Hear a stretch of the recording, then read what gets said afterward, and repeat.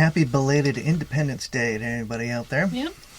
And we did last time the episode. Oh, we yeah, did that's Saratoga. Right. We did Saratoga last time. Yeah. And I slept through most of it, but I guess the fireworks were pretty bad last night, huh? Yeah. Well, it started early. Okay. And then it ended early. Some of the stuff being shot over the tree lines. Okay. Over near the... Well, of course, they were doing this over the lake, so, safety first. None of the official ones. The only official one was up in Oswego, because it was the only one they could do where people could practice safe distancing. And some people around the lake had some very large fireworks who were named nameless, mainly because we don't have their names. But that kind of leads into what we're going to discuss today, loud noises at a lake. So, absolutely. Nice segue. All right.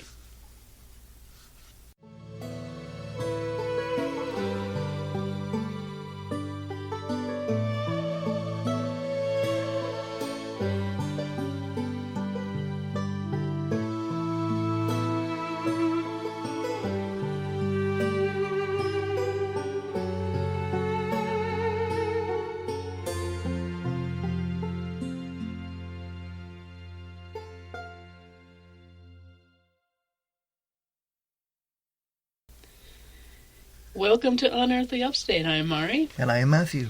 And today, like I said, we're going to discuss loud noises by a lake. And the loud noises by the lake are the Seneca Guns. I need to kind of explain what the Seneca Guns are. I have to admit that as a topic researcher for this program, I've been left very frustrated by the subject of the Seneca Guns. There are no actual audio recordings of the Seneca Guns. Although there is one where a gentleman put up the sounds of, I would say there were 6-pound cannons. It sounded like an entire battery firing off for an event or something like that from a distance. Yeah. But they were definitely black powder. Oh, yeah. They were definitely black powder ones, not, well, they're all black powder, but, the older muzzle-loading cannons, not the modern ones, but not the breech-loading cannon that you shelled. The people that commented on it who have heard it, and right now there is a hot spot of activity for Seneca Guns, but it's not in New York.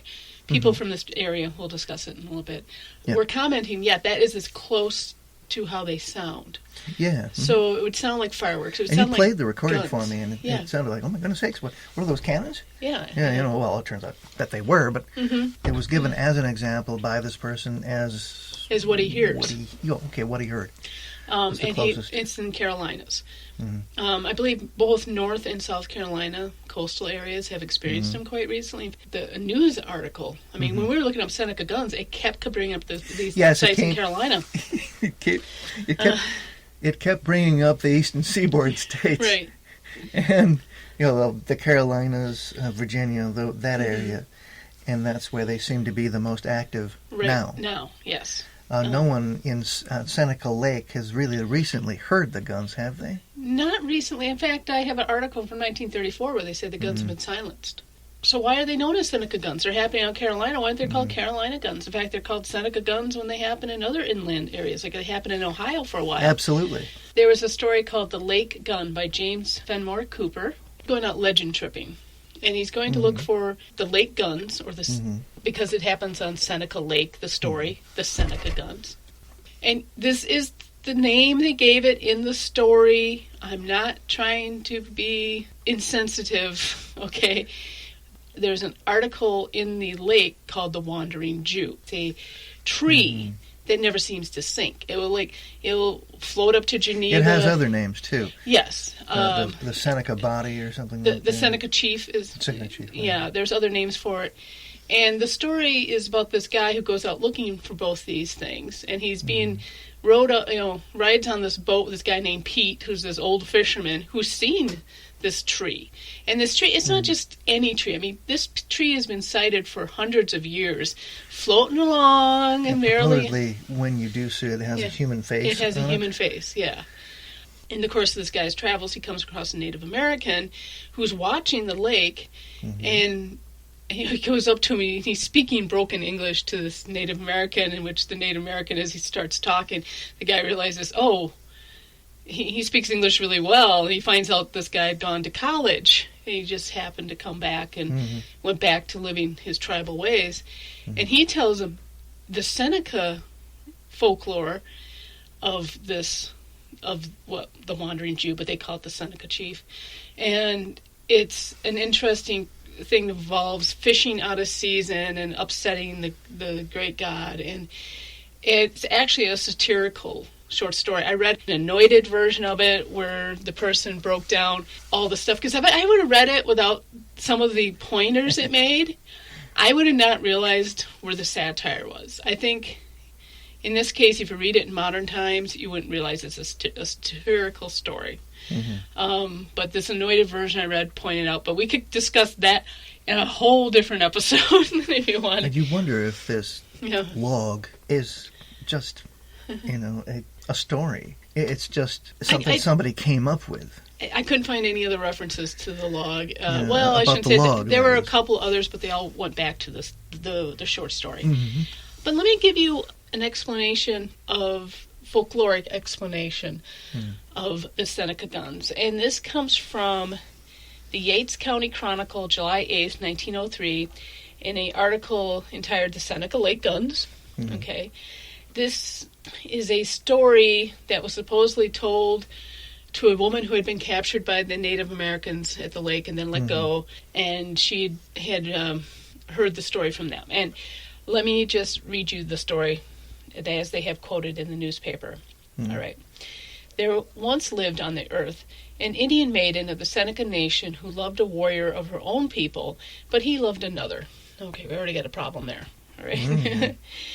They were one day walking on a high cliff overlooking the lake. When laying aside her maiden modesty, she pleaded with him for his love. This so angered the warrior that he seized her and threw her into the lake. Then, folding his arms, calmly he watched her struggles until she finally sank beneath the surface down to the unknown depth of the lake, where she finally rested in the large, icy cavern, where her spirit has since dwelt. Her love was turned into hate, and she was transformed into a spirit who devoted her time henceforth to avenging the wrong for which she suffered. She resolved that the bodies of those who were drowned in the lake should never be recovered by their friends, and with her tomahawk she set to work hewing out small caverns in which to place the bodies of those who were unfortunate enough to sink beneath the lake's surface, which accounts for the fact that the bodies of drowned persons are never removed. In her work of hewing out the caverns, she frequently loosens large boulders of ice, which falling into the cavern produces the sounds which are known today as the Seneca Guns. So there's one folktale about it. Somebody comes on to you, a simple no will suffice. You don't have to throw him into a lake. Yeah. But, hey, without that, there'd be no story. Right.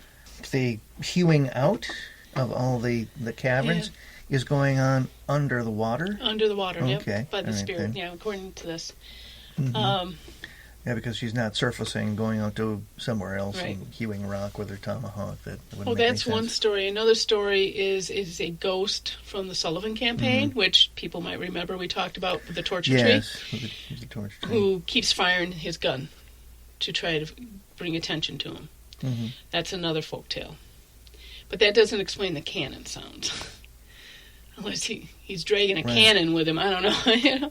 There was a theory earlier this century that it had something to do with an underground channel, and we discussed this when we talked about the Seneca Lake, Seneca sea serpent and the Cayuga lake monster. There's supposedly this channel that runs between the two lakes. Well, that was discounted because Bill Capno, hydrologist at the U.S. Geological Survey in Ithaca, Seneca Lake is 60 feet taller. So the lakes aren't equal. They don't have the same depth. And Seneca Lake is 60 feet higher than Cayuga Lake, and they have done surveys. There is no underground tunnels or caverns or anything connecting the two lakes of that nature. So that takes out that theory, okay? One of the probably most accepted, it's natural gas release. Okay. But... Yeah. That sounds a little bit more plausible than natural gas. However, there are other theories this is a seismic event. It could be a seismic event. Of some kind. Well, there's a lot of theories. And some of them might fit the Seneca ones. and some of them might fit the North Carolina ones. Uh-huh. So we might be looking at a phenomena, and it's a real phenomenon. This isn't something that somebody just made up. Mm-hmm. This is a real phenomenon. The problem is, no one seems to get a good recording of them. Mm-hmm. They're very sporadic, and you don't know when they're going to appear. Mainly inland, but for some reason, the Carolinas have been the hot spot recently. Right. Now, you think if some intrepid investigators would set up some audio equipment and then just keep it there, just tend it while it's recording, day after day, I guess, and you eventually catch the Seneca Guns on audio. I don't know. Yeah. This one article here, I do take umbrage with this one article. First of all, he says Lake Seneca is in the Catskill Mountains. Oh, all the New Yorkers, state New Yorkers, you're just shaking your fist right now. It's in the Finger Lakes region. Finger Lakes region, not please. In the Catskills. And he even says the name had been attributed to a Washington Irving story, Rip Van Winkle. I do not remember Seneca Guns mentioned Rip Van Winkle. Neither do I. Okay, but it's supposedly the ghost of Henry Hudson's crew playing ninepins. Well, we discussed that in one episode. Yes, No. Yeah, exactly. Yeah. Okay, but that was the ninepins. Yep. But that was more of the knocking sounds that I heard. So this guy kind of... Not the booming sounds. Not the booming sounds. So he grabbed the wrong folklore and had the wrong part of New York. So I take a little umbrage with him trying to describe what the Seneca Guns are in this one. And they're not in the Catskills, please. And we're not in the Catskills. So he says these are the explanations they're given. They're mud volcanoes. Highly unlikely in either central New York or the Finger Lakes region, or even the Carolinas. Gas, again, yes. Tsunamis. I don't think... No, Seneca and Cayuga are pretty big for Finger Lakes. They're not tsunami prone. And I'm sure if there was... That's a far-fetched theory right there. That's one of the biggest ones. Yeah, I mean, I'm sure in the Carolinas, if they heard it, and there would be a tsunami, there would be proof. For sure. Distance thunder. Maybe. Maybe I could go with the distance certain environmental thunder, conditions make them so... certain environmental conditions develop around the lake in which this ground-to-air thunder or lightning occurs. Yep, that could be it. That's plausible as well. Yep. Storm-driven waves. Maybe in the Carolinas. I can't see that happening in the Finger Lakes. Lake Oneida... Yeah, I mean, the Great Lakes, I could see that, but I don't know. I know the noise that comes off Lake Ontario. I mean, we've lived next to plenty of lakes, big lakes. Been on some very large ones in the Midwest, and nothing like this legend of the Seneca Guns has ever developed. So it's very specific to this area. Meteors. Maybe one or two of them, maybe. Well, then you'd be getting, if you've got meteors breaking through the sound barrier, then they're large enough to be tracked, cause a lot of damage then once they impact. Booming sands. No idea. Unless it's those sands, I forgot where it is. There's some desert where if you walk on the dunes a certain way, they do make that noise. Yeah, it's somewhere out where Wanda Hussey, that YouTube channel we watch, she does her exploration. She tried to make it sound, but it was too wet. It was real early in the morning. There was dew, but she said if you walked on a certain way, they would make like a bass. One of the vloggers we follow on YouTube, rock bursts, maybe. These are deep lakes. These are deep lakes, earthquakes. You might go, not in New York. Actually, yes. There are fault lines. There are fault lines. In the interior. I read an article where this platelet, the continental plate we're sitting on here, that includes the Midwest from everything over here east of the Mississippi, and then on down through the Blue Ridge Mountains as one large plate that's been pretty stable, I've read, since the last 600 million years. So that's a pretty long time, but relatively stable. But there are fissures within it. There are fault lines within the plate. They're pretty sporadic up here, though, because the last time we had an earthquake that was actually measured, you could feel it here, minor earthquake. I was on a machine called a WAVE, a worker-assist vehicle, which if you've ever seen these things, they're four-wheel things. The person stands on them, and you can raise yourself up or down. Yeah. And I was on the one that was shaky, and I was up on the top of it, which would be about 30 feet in the air. And the thing shakes. The wave? That's the wave. And it shakes. That one shakes. And I'm up on there, and I start coming down. And one of my coworkers looks at me and goes, "Did you feel that?" I go, "Feel what?" He goes, "The whole ground shook." And I go, "I thought it was the machine." Because the machine, every time you're up on this particular one, it would shake like that. Is that why they call it the wave? No, it's a worker assist vehicle. Some people call them scissor lifts, but this didn't have the scissor lift. This was a more streamlined version. Okay. So, yeah, the earthquakes can be strong up here. You can feel them. So if there was an earthquake, even a deep one, even if it was strong enough to feel, it might shift things around and make Quakes noise. have come and gone since we moved to central New York, and I haven't felt a single one. Yeah.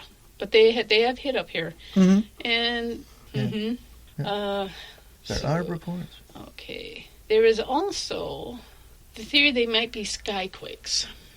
Oh, I've heard this too, that atmospheric conditions develop so that a friction is caused within the atmosphere that produces shockwave. Produces the shockwave, right. Yeah. And that's where you get the boom. So, but this gives a good list of other names the Seneca guns are known by in different countries. Bangladesh, they're known as the Barcel guns.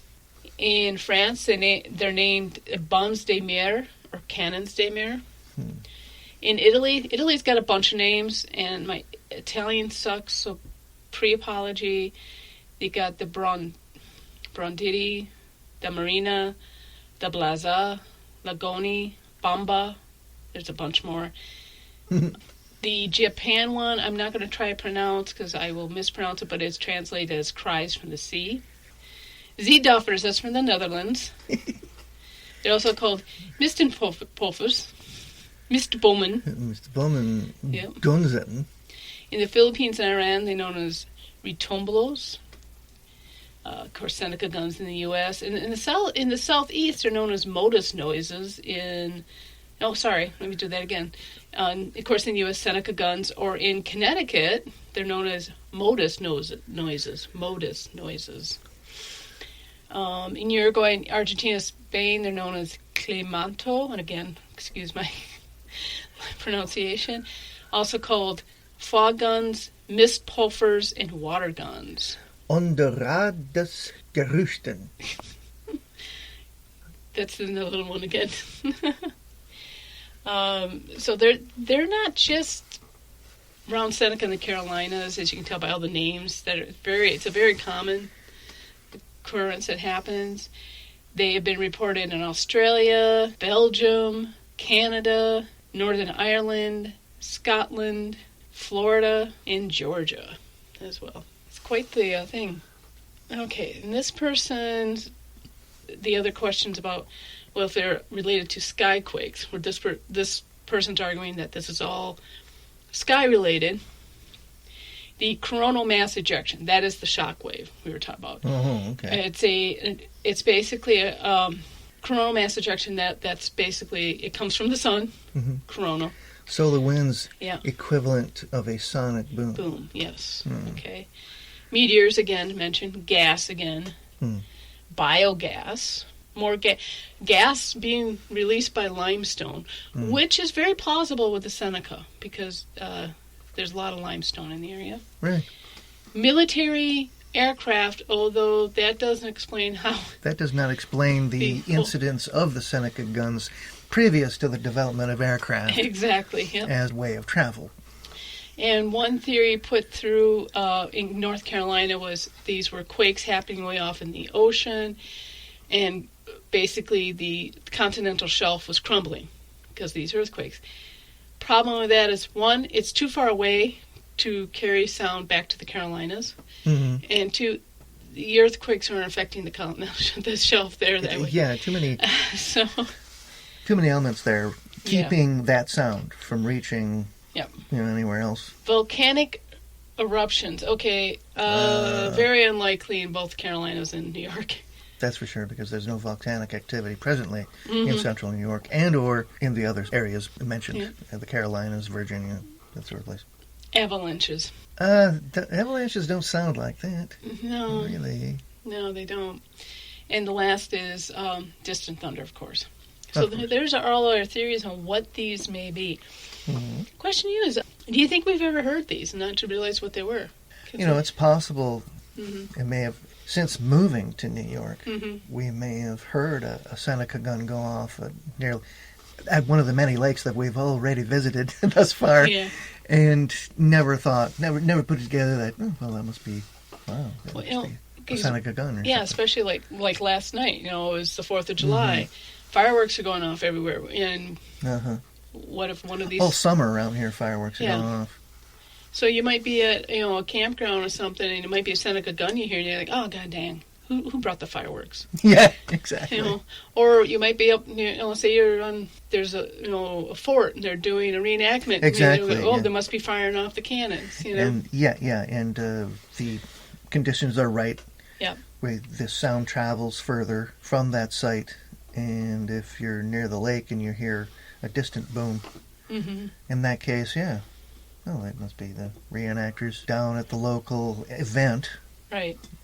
Giving a demonstration. Yeah. Mm-hmm. So I think people who hear them now might just, wave them off. Oh, somebody's shooting off fireworks. Or if you're in a rural area, somebody's gone out, sighting their gun in or something. There are a lot, or it's a car backfire. There are a lot of things you can just say, oh, that's what that was. Or one of the more ridiculous mm-hmm. kind of explanations that they try to use to explain away this, mm-hmm. To the public. Pick any of the most outlandish explanations that we've given already. Yeah. And, insert name of expert here. Right. In the article. Just to try to explain it away to people, what's going on. But, again, more questions than answers. Yeah, and here's an article from 1934 where they say the lake guns quit. Uh-huh. Scientists predict the tapping of gas fields will silence the guns. Oh, and really? I'm wondering if this is what happened. The article's short. I'll read it to you. So this is called Lake Guns Quit. Scientists predict the tapping of gas fields will silence the guns. Mm-hmm. The theory that the guns of Seneca Lake have been quieted forever has received widespread attention in the daily press of this country. The theory, which still remains to be substantiated to the satisfaction of local observers, is that the dull reverberations, which have long been a characteristic phenomena of the lake, have been caused by natural gas seeping up through the glacier drift at the bottom of the lake and breaking to the surface. According to certain scientists of this section of recent gas operations in this vicinity, have drained all the gas out, and the guns will be heard no more. Mm. And that was from May 24th, 1934. Okay, very well then. Okay, let's explore that. Mm-hmm. What are the gas deposits in and around North and South Carolina and Virginia? That's a good question. Give me 2 seconds. I'll Google that because, that's another one too. Well, in New York, we've banned fracking, but in a lot of states, they haven't. So I wonder if people have heard these booms around fracking, if that's the case. But Well, no, you wouldn't hear them because the gas would be released. The gas would be taken away. Okay. If you're subtractive to the amount of gas in the ground, then you get less guns. Yeah, true. If gas is the reason for it. If that's the reason, yes, if indeed. Carolinas, no. Nothing for natural gas in that area. Definitely the lower part of the Finger Lakes, but it's mainly Pennsylvania area. This is the shale, states of the shale plays, so that's where they would be doing most of the fracking at. So that kind of, to me, that kind of blows that theory. Well, there you are. So it's probably not natural gas in the case of... Are the Seneca guns there being caused by the same phenomenon, though? Exactly. Every one of these different phenomena could be caused by different things. The limestone one's kind of an interesting theory because limestone it's a carbonate, yes, made basically of the bodies of marine animals. So it's mainly calcite and argonate. That's because that used to be the bed of a sea. Right. During prehistoric times. Pretty safe to work with. Mm-hmm. It's very porous, and you would assume that it probably would be, because it's so porous, air could get trapped in it after a while, and then pop. So, but I don't know if it would sound like a 3-pound cannon, though. Yeah. That's I the don't thing. think you'd be able to get a piece of rock that would have a large enough gap in it to accommodate enough air in order for it to burst forth like that. Yeah. No, this is the reason I have... And I can't find it. That one page that was had that map of all the hearings. I can't say it's sightings. Mysterious Booms map. Oh. Here it is. So somebody has gone out, and this is from before 2016. And of course, it's trying to open up on Pinterest, which means it's going to take forever to open. It's tiny. Let's see if I can get this bigger. Oh boy. See if you can zoom in. Yeah. Okay. Now, I was looking at that map earlier. Yeah. Mm-hmm. So this map here is pretty much North America, and majority of it is on the East Coast. If you go right down the central, North Dakota, South Dakota, Nebraska, Kansas, Oklahoma, and Texas, and then go to the east, that's where the majority of them are. Mm. And it's interesting, the namesake, Seneca Guns, there's none there. There's been no hearings, but we got plenty in Florida and Texas. And are they all near lakes? Could be. Well, you definitely got some around some Great Lakes here. Mm. I see, around in Wisconsin and Michigan. Yeah. The Michigan seems to be a big one. Maine, we got one on the coast of Maine, one in the Rhode Island. So there are some coastal ones, the ones in Texas and Florida. Well, the Florida one's more inland.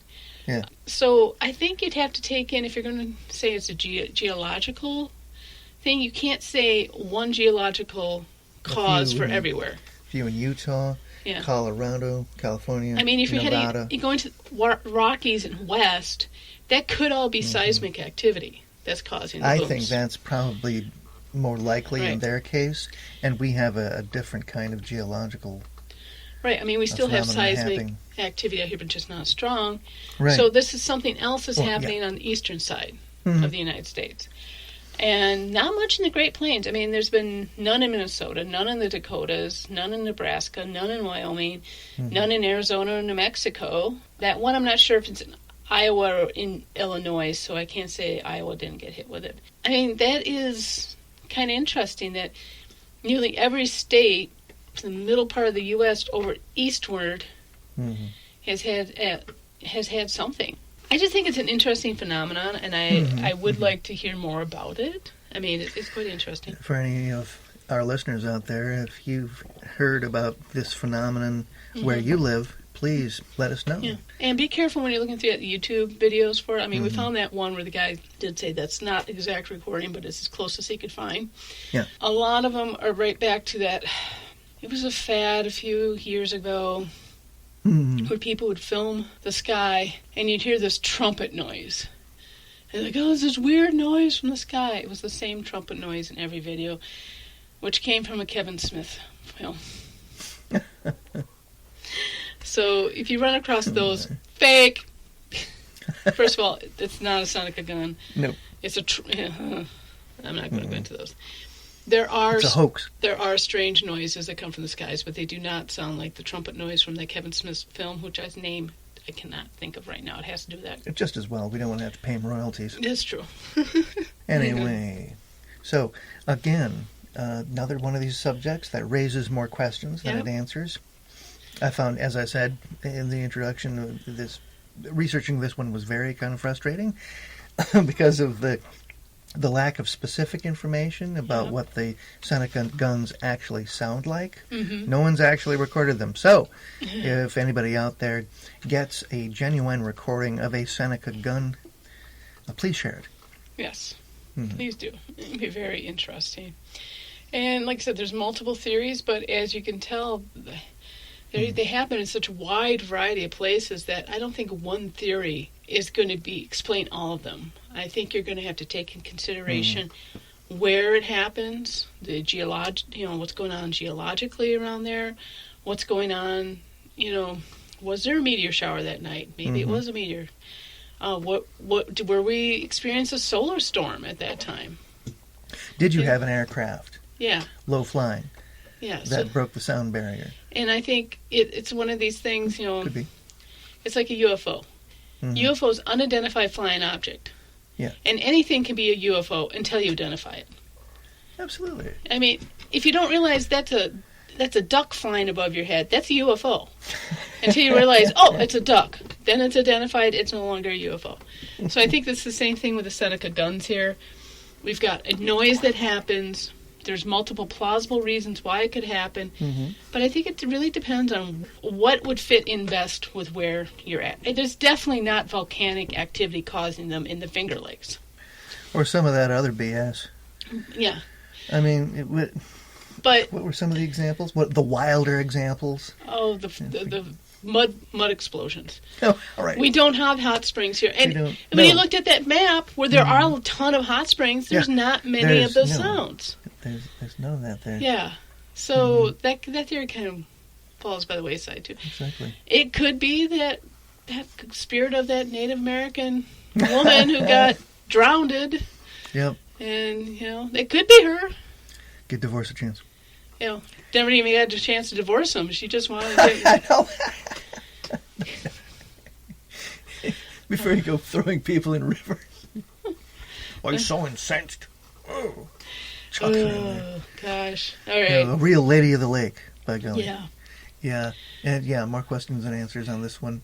There are very few times you actually get to discuss on a program like this an actual mystery like that. And it really is a mystery. It still remains a mystery. I mean, I lean towards there is a natural explanation, but I don't think it's going to be one single explanation for all of them. I don't think so either. Though it is kind of fun to think out in the Carolinas that you're hearing cannon fire from a ghost ship. I mean, it is kind of fun to think about that. That's, the Revolutionary War soldier firing off his gun. But when it sounds like a cannon, is he dragging that 3-pounder behind him? I mean, I don't think so. You need a whole crew, and that it would need to be at least a grasshopper gun. Yeah. Those are the small 3-pounders that they brought with them in their campaigns so that they could use artillery to support the infantry. Right. And use them as big shotguns, basically. And they also were useful for long range, too, for solid shot.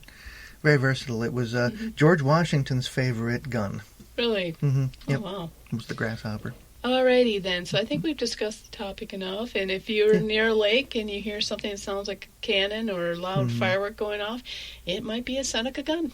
Ooh, it's a mystery. And thank you for listening to our Ghastly podcast. Bye.